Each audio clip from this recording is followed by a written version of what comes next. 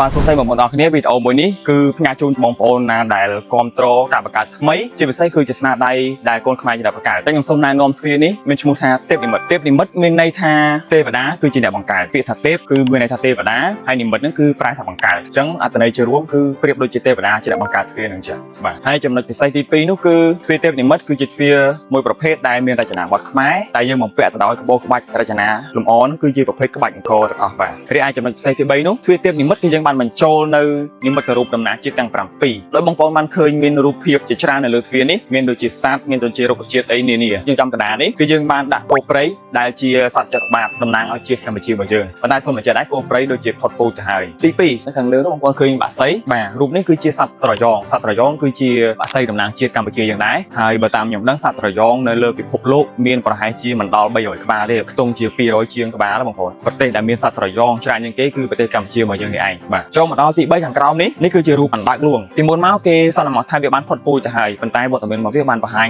ឡើងវិញសាយជាថ្មីអណ្ដើកលួងនោះគឺជាសត្វគោរងសត្វតំណាងជាតិឲ្យកម្ពុជាយ៉ាងដែរបាទនៅគៀកហ្នឹងគឺមានខាងនេះមានរូបត្រីគល់រាំងគឺជាមច្ឆាតំណាងជាតិត្រីគល់រាំងគឺជាប្រភេទត្រីទឹកសាបមួយប្រភេទដែលមានទំហំធំមែនទែនបងប្អូនបាទហើយវាគឺជាត្រីដែលគេអភិរក្សគឺជាត្រីដែលកម្របាទអញ្ចឹងបន្តមកទៀតគឺមានដើមត្នោតនេះក៏មានដែរត្នោតគឺជារុក្ខជាតិតំណាងជាតិកម្ពុជាយ៉ាងដែរព្រោះថាដើមត្នោតគឺមានអត្ថប្រយោជន៍ច្រើនមែនទែនសម្រាប់ការប្រកបរបរប្រចាំថ្ងៃរបស់ប្រជាកសិករនៅក្នុងប្រទេសកម្ពុជារបស់យើងរាប់ចាប់ពីស្លឹកផ្លែដើមរបស់វាធាងរបស់វាគឺយើងអាចកែច្នៃវាទៅជាសម្ភារៈប្រើប្រាស់ទៅជា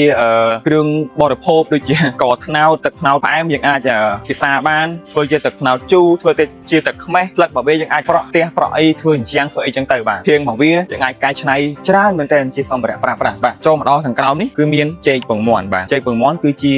ផលានុផលតំណាងជាតិឲ្យកម្ពុជាយ៉ាងដែរបាទអញ្ចឹងបន្ទាប់ពីចេកពងមាន់ទៅមានចុងក្រោយគេបងប្អូនអាចឃើញយើងលម្អនៅតាមក្បាច់អង្គរប្រឈរនេះមានកណ្ដាលមានទាំងសងខាងគឺយើងភ្ជាប់ជាមួយនឹងការរំដួលបងប្អូនប្រកាសជាស្គាល់ច្បាស់ហើយថាការរំដួលគឺជាបុព្វាតំណាងជាតិកម្ពុជាឲ្យតែលើថារំដួលប្រកាសជាស្គាល់ថាការនៃប្រទេសកម្ពុជាអញ្ចឹងសរុបមកវិញអ្នកដែលចូលចិត្តគ្រប់គ្រងការបង្កើតថ្មីរបស់ស្នាដៃខ្មែរបងប្អូនអាចមកមើលទ្វារទេពនិមិត្តដែលមានដាក់តាមបង្ហាញនៅខាងមុខ showroom វិនហេងរចនាបានអញ្ចឹងបើសិនជាបងប្អូនចាប់អារម្មណ៍ពីទេពនិមិត្តនេះបងប្អូនអាចទំនាក់ទំនងមកក្រុមហ៊ុនវិនហេងរចនារបស់យើងបានអរគុណច្រើនជំរាបលា